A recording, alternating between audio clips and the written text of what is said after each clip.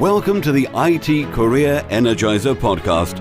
For anyone who wants to build and grow a career in IT, develop and improve your strengths and skills, be inspired and motivated by the successes of others, manage your career progression, and achieve your IT career goals. And now, your host, Phil Burgess. Hi, Phil here, and welcome to episode 62 of the IT Career Energizer podcast. My guest on today's show is April Wensel.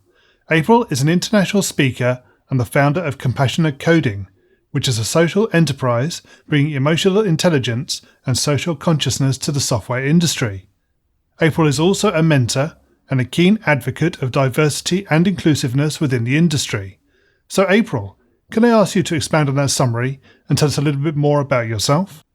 For the past decade, I've really been working as a software engineer, both in an individual contributor capacity and as a leader of teams, engineering teams.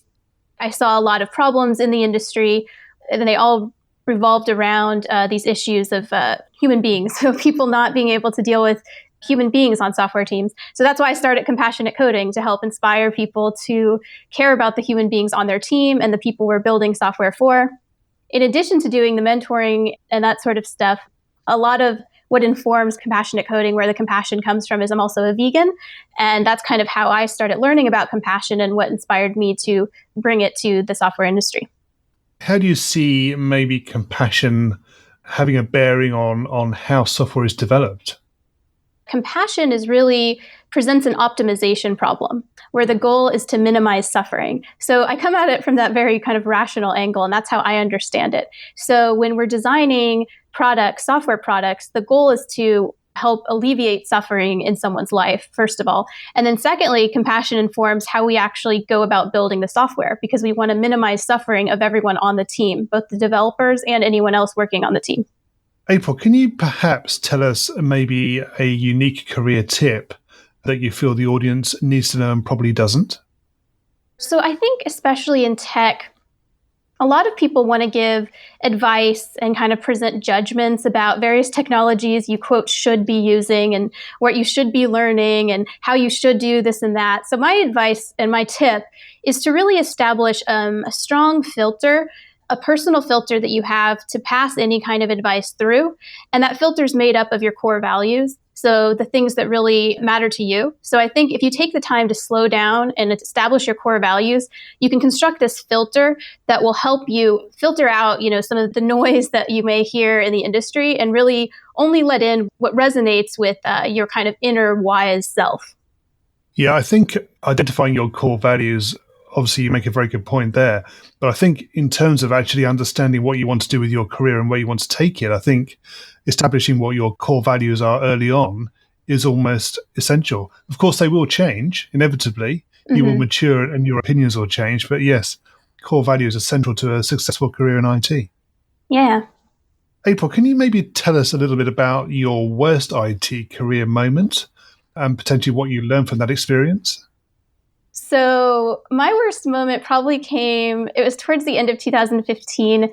And I had been working at a job that I loved. I really loved it. I was leading an engineering team, and we were doing a healthcare app, and it was really helping kids with autism. And so I just felt so good about it. I loved the people I worked with. But then things started changing at the company, and the company wanted to do some things that I didn't really agree with ethically. So I became very vocal about it, and it wasn't very well received for people to speak up about that sort of thing. I ended up being forced to resign, like literally forced to resign from that company. And it was just sad because I'd become so close with some of the people there. And so I also lost contact with them. So that was probably like my personal and professional low point. So I was just very, very, very low from all of that. But that was right before, a little bit before I decided to go off on my own and start my company. So it ended up turning that into a positive. But that's probably the lowest low point that I've had. Have you maybe tempered your approach in terms of what you do and what you say as a result of that experience? Well, I actually stand by everything I said there. That was really a problem with the culture at that company. I would say, I think this would be an unethical thing to do, which I think is, I think that's fine. I think we need more people speaking up about that.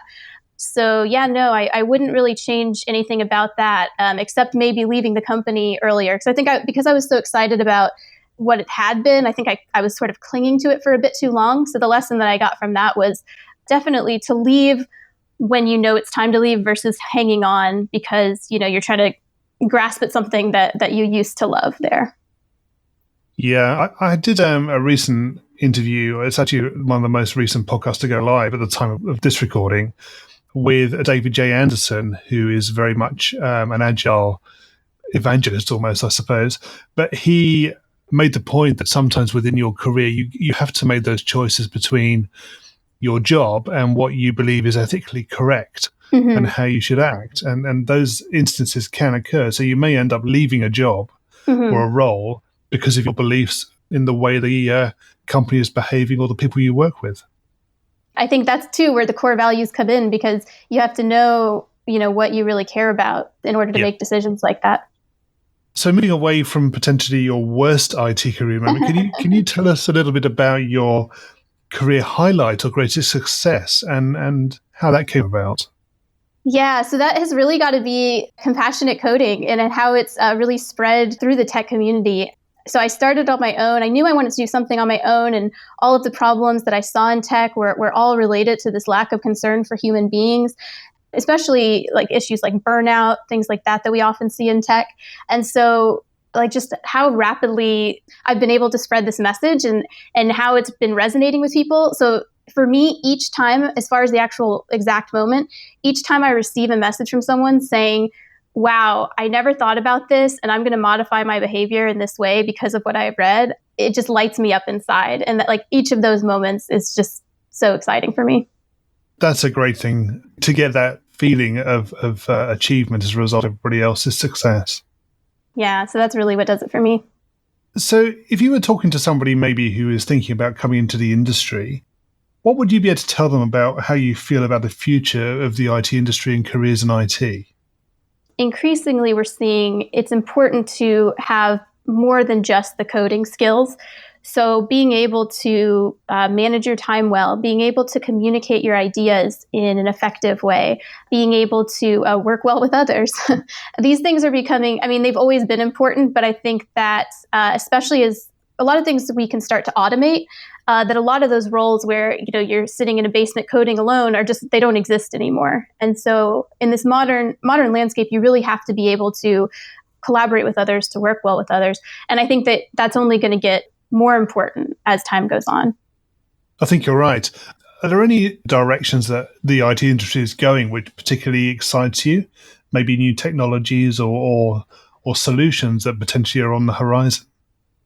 When I was younger, I used to be interested in technology purely for technology's sake. So, I was very excited about virtual reality and artificial intelligence and all of that. And I still think those are exciting. But now, I guess because I've matured, what excites me is not just technology for technology's sake, but really how we can help people with that technology. So for me, what's most exciting is the fact that some companies, I guess, social entrepreneurship in tech companies, because we're able to apply all of the techniques that we've established, like design thinking and lean startup and agile software development, even all of this, but apply them to problems that are like social problems. And not that technology is, a cure-all for all of, the problems of the world, but the fact that we can harness this brain power and all of these systems to help alleviate social problems, to bring technology into developing areas in order to, to actually help the people there and alleviate suffering. I think that's really what excites me. And I think we're seeing more of that as tech kind of wakes up to the moral side of the equation. The industry is definitely changing and evolving in a number of ways. And you've mentioned obviously a couple there in particular. But solving the bigger problems, I think, is where the IT industry ought to be going. Whether it is, we'll have to wait and see. Yeah, we get to help create it too, which is why it's so exciting. Well, precisely. Yes, we're in there now. We can make it happen. Okay, we're going to move into the reveal round now. Are you ready for this? Yes. So what first attracted you to a career in IT? The first thing, honestly, was that I loved playing computer games as a kid. And so when I was able to take computer science in high school, I jumped at the chance because I wanted to create these virtual worlds that I had been playing in as a kid. So that's really what attracted me. Yep. What is the best career advice you've ever received? I think the best career advice I've ever received is whenever somebody encourages me to be authentic, to be my authentic self, really, because so much like training for leadership and all of this stuff is trying to get you to act in a certain way that's become standard or to fit into some kind of mold. And that's just never resonated with me. So anytime someone's just like, be your authentic self and bring that to the table, that's honestly the best advice that I appreciate. If you were to begin your IT career again right now, what would you do? I spent a lot of time in my early career kind of jumping around to different startups, partly because I thought, well, anything's interesting. And it is. If I were to start again, I would be a little bit more intentional in lining up my core values, again, with what jobs I do. So instead of just taking a job, because sure, it sounds interesting. And I know I can figure out anything.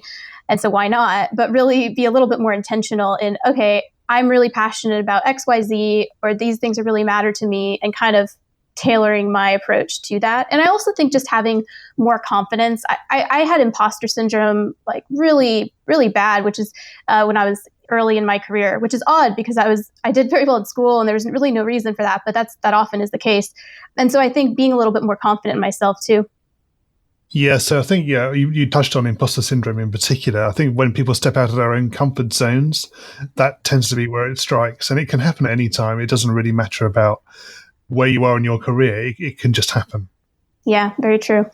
What career objectives are you currently focusing on? So it's important to me, now that I've started my own company and been doing this for a couple of years, freedom has become really, really important to me. So freedom in terms of how I spend my time, where I spend my time and whatnot, that really informs my career objectives because I want to maintain that sort of freedom. And then also, I feel so passionately about spreading compassion in tech that that's the other objective, is just to continue spreading that message. So I think, increasing the visibility of this work and inspiring more people, finding ways, like I'm working on an online course to help spread that word. So things like that, those are the objectives that are important to me right now. And what's the number one non-technical skill that has helped you in your career so far?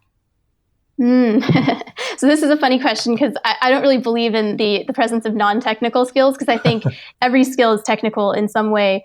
But that said, I know what you're getting at here. So I think listening, how about that? I think listening to other people, because that's so powerful. People just want to be heard, at some level. And so being able to listen to people, like the people who are, especially not engineers, people who are in other parts of the company, they often feel like their concerns are not heard by engineers. So just being able to listen to them can be very, very powerful.